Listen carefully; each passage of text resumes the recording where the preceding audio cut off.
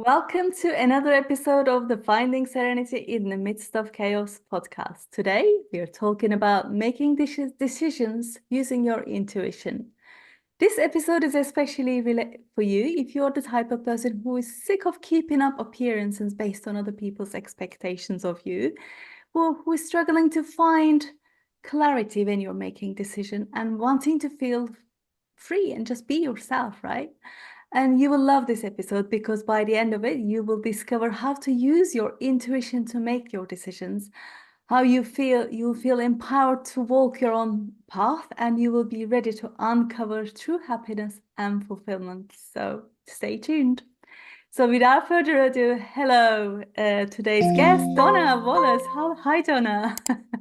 Hi, how are you? I'm so I'm excited to be here with you. I am excited as well. Oh my God, finally we got here. It's been one hell of a journey, right? It has, Having this funnily in enough. having this interview for the benefit of our listeners. Donna was the first person to contact me to be a guest in the podcast that we never had guests before.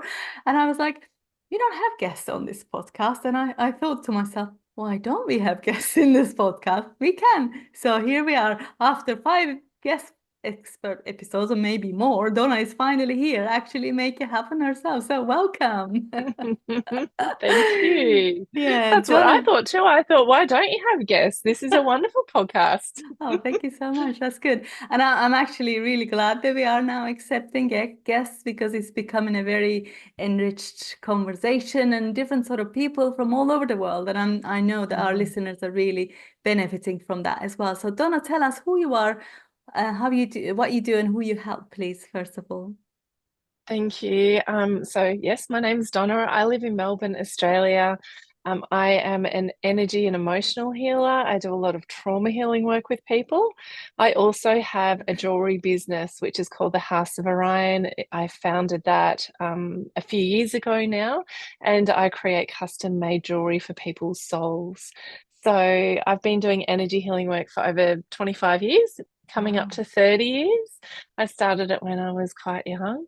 And the people that I help are often at a transition point in their lives. They Mhm. either have had something quite significant happen and they're trying to deal with that. Perhaps someone's died, perhaps they've experienced trauma in their life, or Mm. maybe they've just gone into that place inside of themselves where they know that they can't keep living the way that they are and Mm. they're at that transition point. So, that's when people typically come to see me is when they've either got a couple of different situations. One is that they're not happy with their life, how they feel in their life, and they Mm. know that they need to make a change, whether it's in one or multiple areas of their life. Or people have got a life that on the outside looks really perfect and beautiful. They've got the partner and the marriage and the house and Mhm. the job and the kids and all of the things, but there's something missing on the inside. There's a level of fulfillment or fear, just there's something missing. And so people come to me in those sorts of Oh, situations. that sounds very familiar, especially with me, and I'm sure most of my audience as well. But for the benefit of the audience, tell us, what is energy healing really? Energy healing is, to me, it is an ability to be able to clear things out of your way. So I believe that you've got everything that you need inside of yourself. I Yeah. believe at the core of you, you are Mm. this sparkly, radiant, soulful being. You are Mm. magic and you are radiant and you are uniquely you. And Mm. I believe that we experience things in our lives, and maybe we inherit some things from our birth family, and Mm. we go through life, and sometimes we just sort of pile things on top of our radiant selves.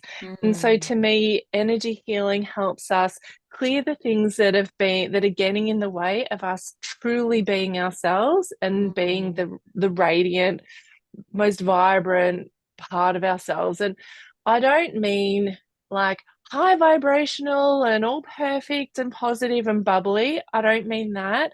I Mhm. mean the ability to deeply relax in your body, the ability to set healthy boundaries, the ability to express yourself freely, to be Yeah. heart-centered, to use your intuition. That's what I mean by a radiant version of Yeah, yourself. yeah.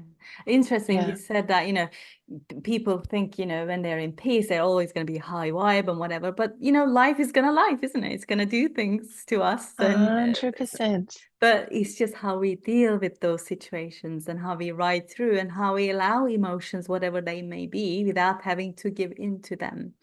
So energy healing is Yes. essentially a decluttering of your mind and your personal being, if you like, personal energy inside of you to just be more of yourself. And I guess we'll get to that in a minute, what being more of yourself really mean, because that's again a very kind of fancy term. Just be yourself. And what does that really mean?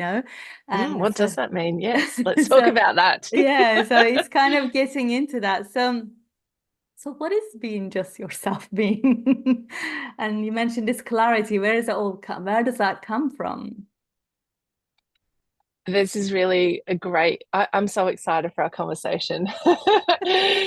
I feel like we are all very unique individuals, and we often go about our lives trying to fit in or to have a sense of belonging or to be accepted or valued or loved by other people around us, and can easily find ourselves, especially if we're sensitive, emotional beings, can find ourselves quite easily sort of melding or being that chameleon of trying to fit into the environment or the other people around us. And as we grow up, as we get older, but also as we grow up on the inside, this emotional maturing, part of that process is we get to a point where we start to appreciate our uniqueness and embrace the quirkiness, the weirdness of ourselves, the beauty of ourselves, how our version of beauty might be different from other people's Mm, versions of beauty. All of these different things. How I describe it is we have a unique soul. We all have a unique soul, a unique spirit. And this is what I say to my kids today when we've talked about death before. I say to mm, them, how you've got the most beautiful, sparkly eyes, and you've got a personality that's just you. It's different from everyone around you. When mm, you die, the thing that makes you you, the thing that gives you your personality, the thing that gives you the twinkle in your eyes, which is what we call your soul, yeah. moves out of your body and back up to spirit or back up to the divine Mm, or heaven. mm, And so when I talk about who are we as unique individuals, it's your soul essence. It's what mm. makes your eyes sparkly. It's what makes your personality unique and different. Yeah. And when we go through this healing journey, whether it's spiritual, like energy healing or Mm, emotional healing or any kind of therapy like that, what happens is we start to naturally become more and more ourselves. mm. Yeah, that makes so much sense to me. And just sometimes you'll see people who, in fact, just lost that sparkle in their eyes. They're just walking around Yeah. like really with, slouched shoulders, with no sparkles, like half closed eyes, sort of thing. That's again their soul almost sucked out of them because of all the limitations, all the societal rules and everything else that they are put on, and they then started to have all those beliefs and carrying all that heavy stuff, and they literally lose their sparkle. That was a Mm. good word to They use. do. And They do lose their so sparkle. Yeah. yeah, being you is just being you truly. And what I find with people, most of us, and when I did my training, I realized this is what we were doing. When you ask who are you, I'm an engineer, I'm this, I'm that, and it's like Mm. I haven't asked you what you do. I've asked you who you are, but no one can answer who are you question that well, because we Yes. associate our identity either being a mom or being a profession Yes. or being a wife, being whatever. And the problem with those is that when you are something like that, there is then adjectives associated. You can be a good mom or a bad mom, or based on other people's norms, and that sucks out of your energy and your soul, doesn't it? Yeah. It absolutely does. And that Mm. can be a whole big process for people to detach from what they've related to their identity as. So I remember walking out of my corporate job when on my last day before I was going on maternity leave to have my first baby. Okay. And I was like, oh my goodness, who am I if I'm not the, Yeah. a specialist HR person? Mm.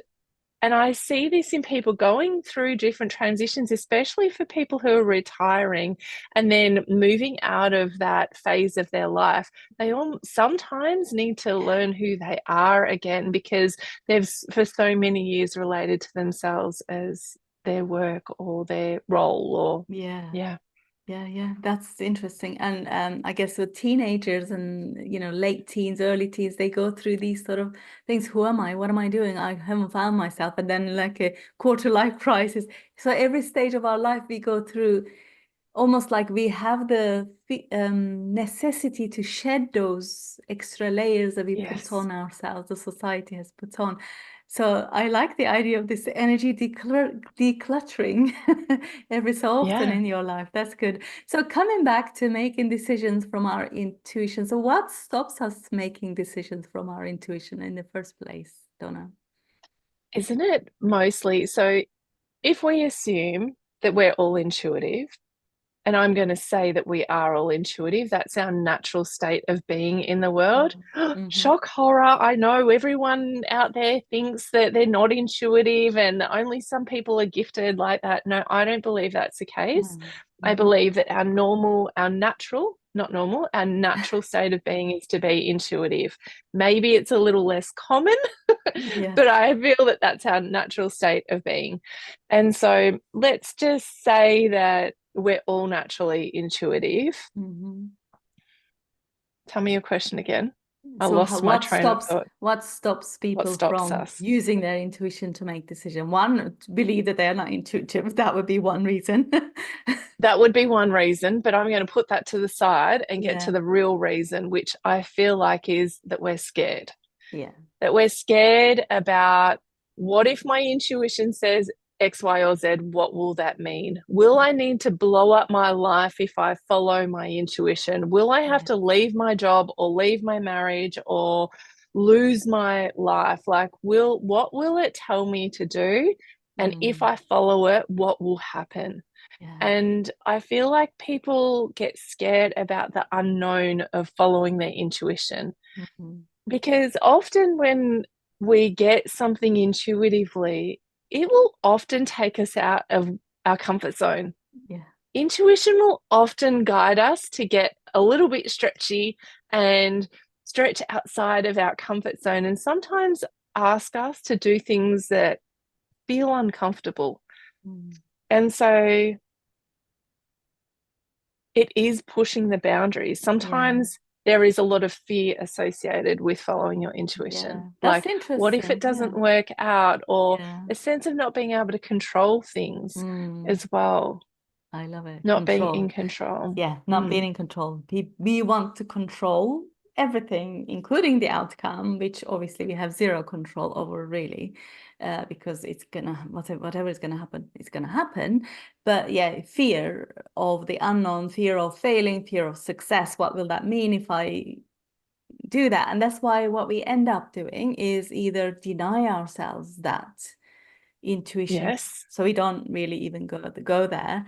What else we do is yes, we keep asking other people, will it be okay with you, right. and will it be okay with you, what if they think this, what if how does this affect my family, how does this affect everything else?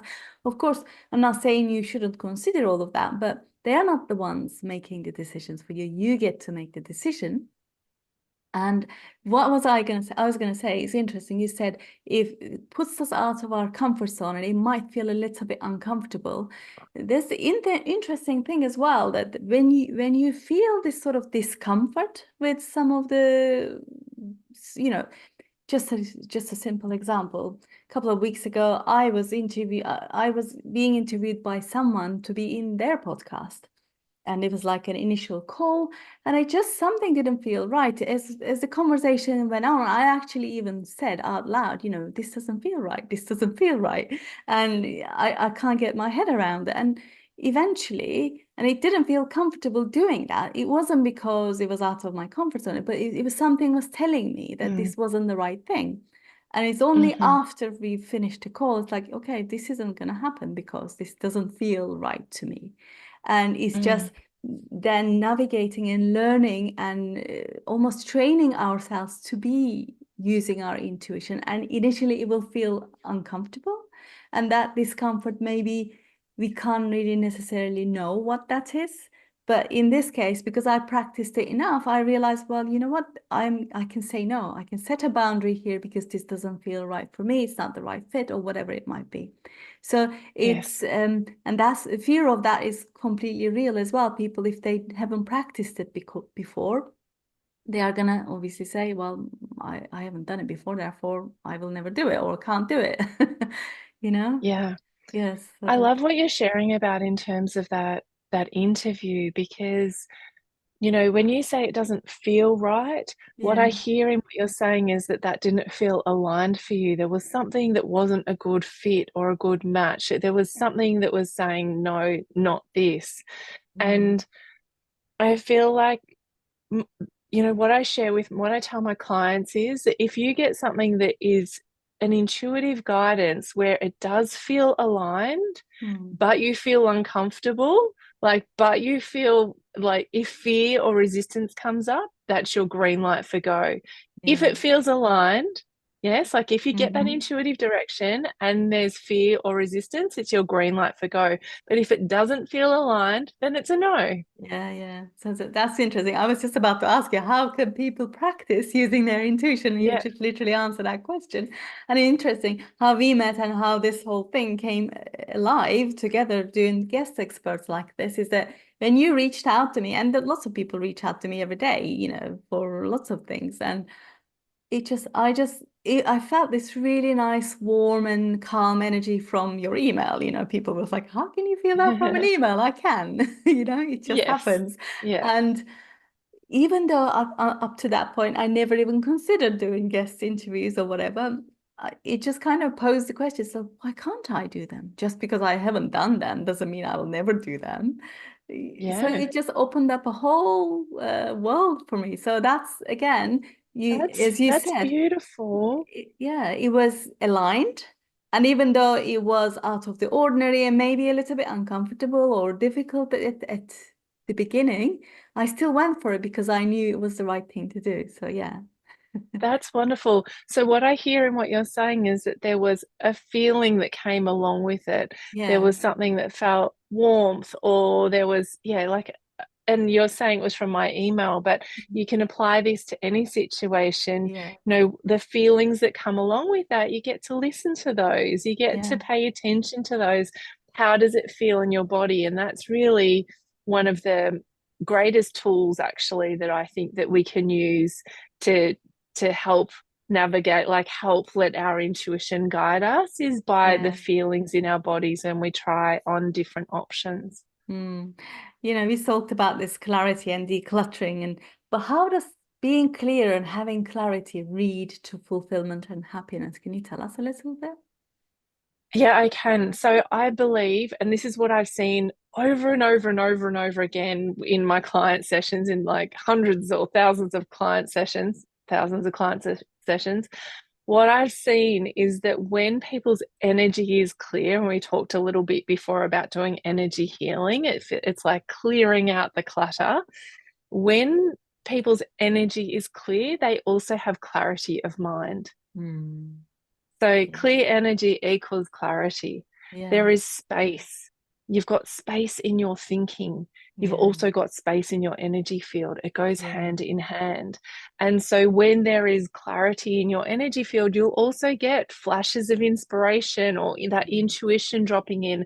You'll also have a better sense of being able to perceive things for what they are, Mm. not having a rose colored glasses on all the time, or not always seeing the best light in people, or not always feeling pessimistic about things. Mm. You actually start to see things for what they are, Mm. and you get this clarity that comes in. And so to me, it's energetic, but it's mental, it's Yeah. emotional, it's, Mm.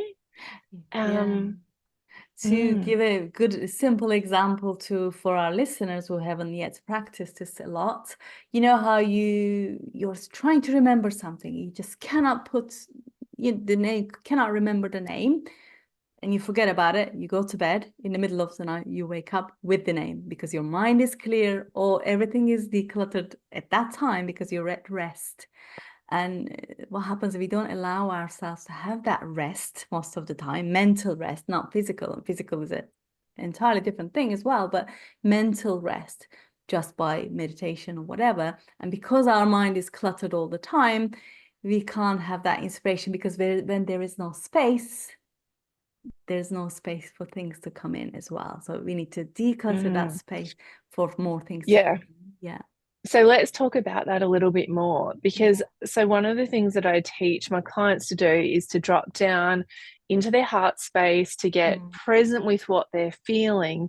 And when there is a lot going on feeling wise in your heart, say you're experiencing a lot of grief or you're going through something that is emotionally challenging, it's actually quite difficult sometimes to be with those feelings. And what Mm. happens is we just bounce back up and we go up into our heads. And that's Mm. where you get those looping thoughts, the repeating patterns of thinking, like Mm. you've got a broken record inside of your head going around and around and around and around. And we get that overactive thinking, and that it also can sometimes be connected to anxiety or feeling really anxious at the same time. And Mm. people try to think their way out of this situation where Yeah. their head is just going a million miles an hour and then they're trying to figure it all out in their heads and they're trying to see a solution and it just doesn't work. Yeah. And the reason why it doesn't work is because actually there's something going on underneath the surface that needs your Mm. attention. Okay. And it's when we get down into that place of being able to connect with our heart space, connect with our emotions, be with our emotions, know how to experience these feelings without being totally overwhelmed by them, Mm. or on the other end of the spectrum, being totally disconnected with them. We Yes. need to be able to feel and to delve into what's actually there. When you start doing that emotional and energy healing work, then that's where that clarity comes in too, because your mind isn't running a million miles an hour. Like Mhm. for some people, it's just too difficult to say, go meditate and you'll get that clear space in your mind. It just doesn't work. They can't do it. Mm. And there's a really good reason for that.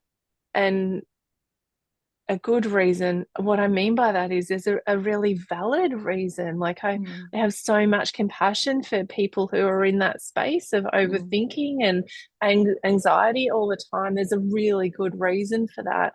And that is that there's something going on much deeper that needs to Yeah. be addressed. So what can you suggest for those of us who, or those people who want to help connect with their intuition more? What can they do to start at least practicing that? I think that you could do something very simple at the beginning of each day. You could check in. And so I have a practice where I connect with the light, I connect with source energy, and I connect Mm. with Mother Earth energy every day. It's a really simple practice.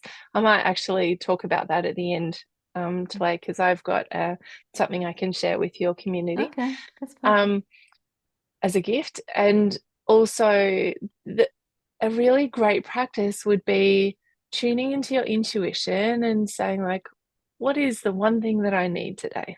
Mm. No, do I Yeah. need to branch out and make that phone call that I've been resisting, Yes. making? Or do I need to rest today? Like, do I need to find Mm. pockets where I can rest today? Or do I need to wear that pink jumper today? Like it could Mm. be simple, very small things, but what about asking your intuition at the beginning of every day? Just Mm. one thing. So Like what making would, small little steps. and making Yeah. an intuitive decision on something that's really simple that you have no attachment to, and the consequences are not catastrophic. So is it a pink jumper or a yellow one? Right. Neither is gonna break the world, as it were. So Exactly. yeah, And that practice with little really, things. it, Yes. and maybe this is the same for you, but that's where I started out, like using my intuition for smaller things. So as then I practiced over time, I built up my ability to trust my intuition. I built up my confidence with it. And then over time, I used it for really big decisions like, would we sell our house, and Hmm. which new area would we move to, and what school do I send my kids to, and Oh like yeah. bigger life decisions. And so for so many years now I use my intuition for those big decisions, and actually that's really quite outside the norm, isn't it? Yeah. In our This is one of the other things that we wanted to talk about, isn't it? Yeah. About like operating outside of the social norms and how our intuition takes us there. So, in our society, in our culture, we're really trained that to be intelligent is everything, to make Yes. decisions from our mind is everything. We're really valued for um, like our tertiary training, and being academic, and Mm. it's better if we make rational decisions, not decisions based on our feelings. And Mm. so with that, following your intuition is actually quite rebellious, isn't Yeah. it? Well, I'll give you you a know really solid example how we and as a family use our intuition. We, in fact, changing schools. My son at year 6 had to change schools. Well, we decided that he would change schools, and we went to this recommended school together with my son. It was fine for him, but we weren't quite sure whether it was the right thing for my daughter. But of Mm. course, there isn't much of a choice because we had to drive them both, and to the different schools wouldn't have worked. But we still kind of took her, and we were kind of like, in two places. Should we now? She's got good friends and all of this sort of stuff. On the day we went to visit the school with her, I asked for a sign to say that this is the right decision. And as we were walking through, she sees this rucksack, the little school bag. Oh, it says Lily on it. And then she says to her daddy, "Oh, daddy, look, it says Lily, Lily's bag. That's Lily's bag." Oh, sorry, said that's Frankie's bag. Frankie was her best friend at the time. And on the bag, it says Lily, which is her other best friend. So seeing that bag right inside that school where we were visiting and we were wanting to move her, it was a sign that we needed. This is the right place for her because both of her best friends are there for her. And it was just like the best decision ever. And she was like, "I'm so glad you that made that decision. I wanted to leave." And it was Oh, just like that's so beautiful. such a beautiful confirmation. This was the right thing to do. But for me to ask that Right. sign and see it right there is again a confirmation. And then you don't need to fear about anything because you know that it's the right. So if you're practicing making decisions from your intuition, then ask for the signs to confirm because the universe will give you those signs when you're tuned into it. So I That's thought I'd share right. that. Oh, I love that so much. I don't know why, but I really want to share this story that happened in one of my client sessions today, if that's okay. Yeah, sure. So my client was connecting with the essence of her soul. And I said to her, which was this beautiful pink love, like she's just this beautiful being of love, Mm. so beautiful. And I kept seeing this big rose, like a rose overlay over the top of her. And I, incorporated this rose energy into her session, and she was connecting with that.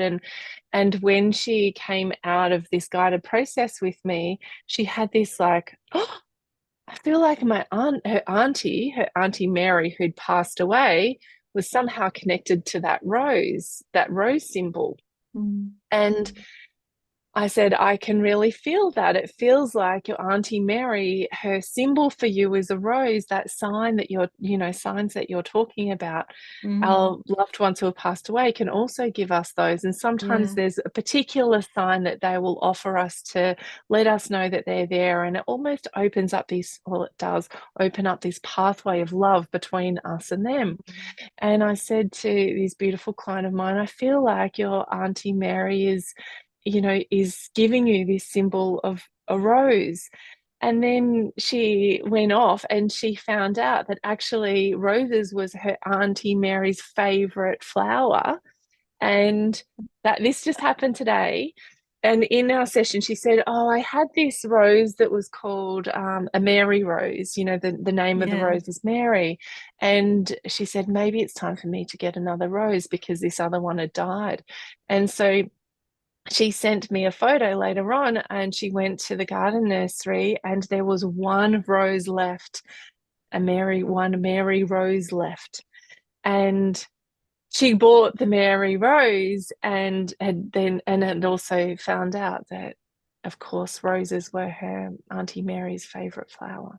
Oh, goosebumps just listening. Oh Right. my God. And now she'll have that rose and she'll see it every day in Mm, her garden and she'll connect with her Auntie Mary, and that the love frequency that comes, in the yeah. shape and form of roses, which, we can smell their scent even in meditation. We can feel like that, just the qualities that loving energy can give us and connect with. Yeah, she can connect with her Auntie Mary even more now that she's Yeah. had this opening experience with her.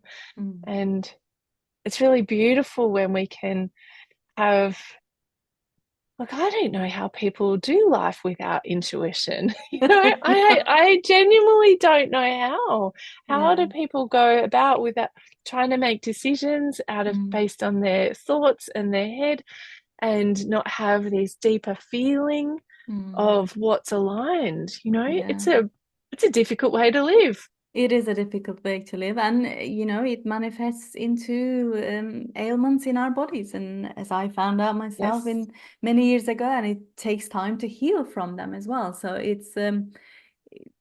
this is why we're having conversations like these with people who are watching and following, to show them there is another way. When you're in those four corporate walls, you can't see the wood from the trees. You can't see that there is even a world outside exists.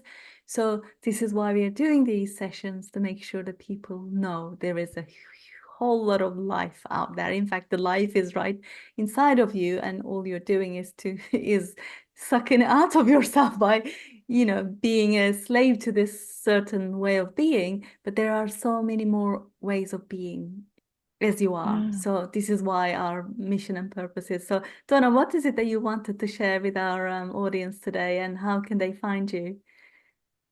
Oh yeah, I'd love to share I have a free 5-minute life-changing morning meditation. Love I that. love processes that are really effective, that don't take a Mm, long time. yeah. And this is my personal process that I do every Mm. day of connecting with the light and connecting with the earth.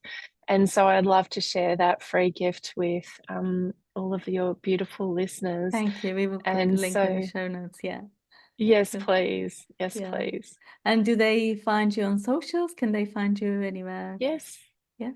So you can find me on Instagram, and my handle is Donna Wallace Healer, so Okay. at Donna Wallace Healer. And then I have a website as well, which is donnawallace.com.au.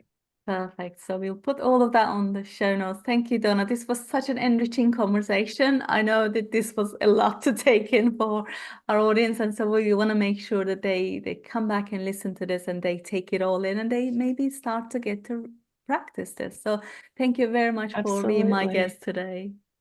Oh, it's my pleasure. And please, if you're listening and you have questions, like touch base with me. Send me a message on Instagram or find my email address on my website and send me an email. I'd love to connect with you. Definitely. And I was just about to say, if you're watching this on YouTube, first of all, subscribe to my channel. And second of all, yes, do comment on the video of this episode. Both Donna and I can answer any questions that you might have. But thank you so much for tuning in to another episode of Finding Serenity in the Midst of Chaos podcast. Please do share this episode with anyone who you think is going to benefit from it. And we will see you in another episode. Thank you. Bye-bye.